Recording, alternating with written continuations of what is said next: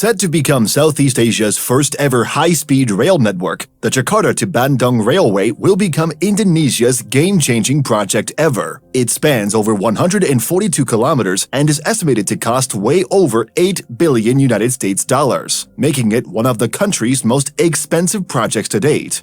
Although it is set to become one of Indonesia's finest projects of the decade, it is also one of its most problematic ones. Today, we will look at how Indonesia was able to construct one of the biggest projects ever in its history. The Jakarta-Bandung Railway project plan had its groundbreaking ceremony in January 2016. This project was renowned to be Southeast Asia's first ever high-speed rail. It was a grand project that would be one of Indonesia's game-changing projects ever and was supposed to be operational by 2019. In its first year of the commencement date, it had already gained 80% of the required land to get the funding. But by 2017, it had faced issues relating to land, finance, and security. However, most of its issues were because of land acquisitions. There were several lawsuits and maladministration that would cause delays over the project. So much so that even the Indonesian Air Force was reluctant to release 49 hectares of their land for a station to be built in.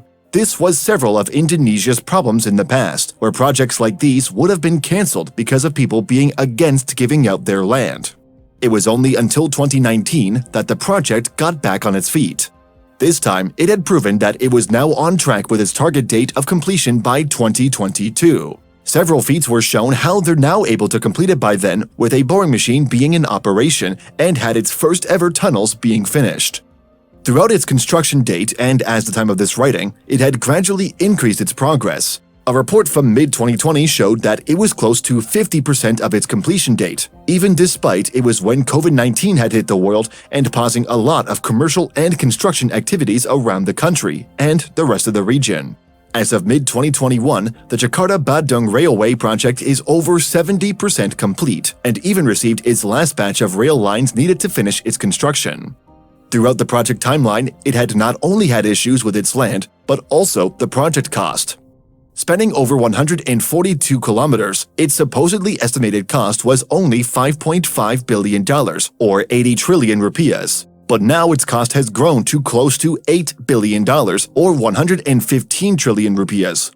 It is quite understandable how this megaproject cost will always differ from its beginning, considering how big it is and how the world has rapidly changed recently. Despite several oppositions, it looks like it is on target to finish what it had first started. Most megaprojects around the world, especially if it is linked to the Belt and Road Initiative, are expected to have major roadblocks, and only time will tell if its benefits would actually be higher than its costs. Several analysts from prominent firms have already claimed that this project that the Indonesian government took in could lead them to what is notoriously known as a debt trap.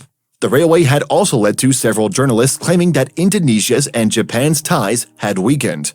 This was because of how Indonesia chose China over Japan to help finance and construct the project.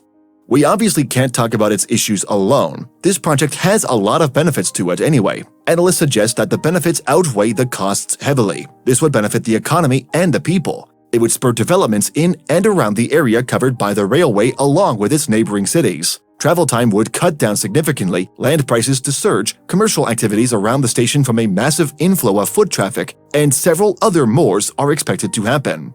In further detail, the Jakarta to Bandung network has 4 stations in its construction. One of these stations is called the Halim Station. This would be 3 stories high and is specifically located in Halim Perdana Kusuma International Airport. Halim Station would also be connected to the Greater Jakarta LRT, and as of the time of this writing, it is expected to be operational by July 2022.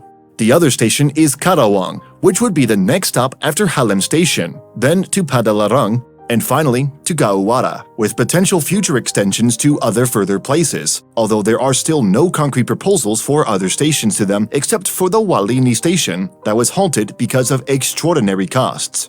Daily passenger traffic is estimated to be about 44,000 people and cut the travel time from the usual 3 hours of Jakarta to Bandung current rail to only 40 minutes. Anyway, what do you think about Indonesia's newest high-speed rail network? Was it something that amazed you, or did you think you needed more information? Share with us your thoughts in the comments below. Don't forget to leave us a like and follow us for more amazing videos. Thanks for watching.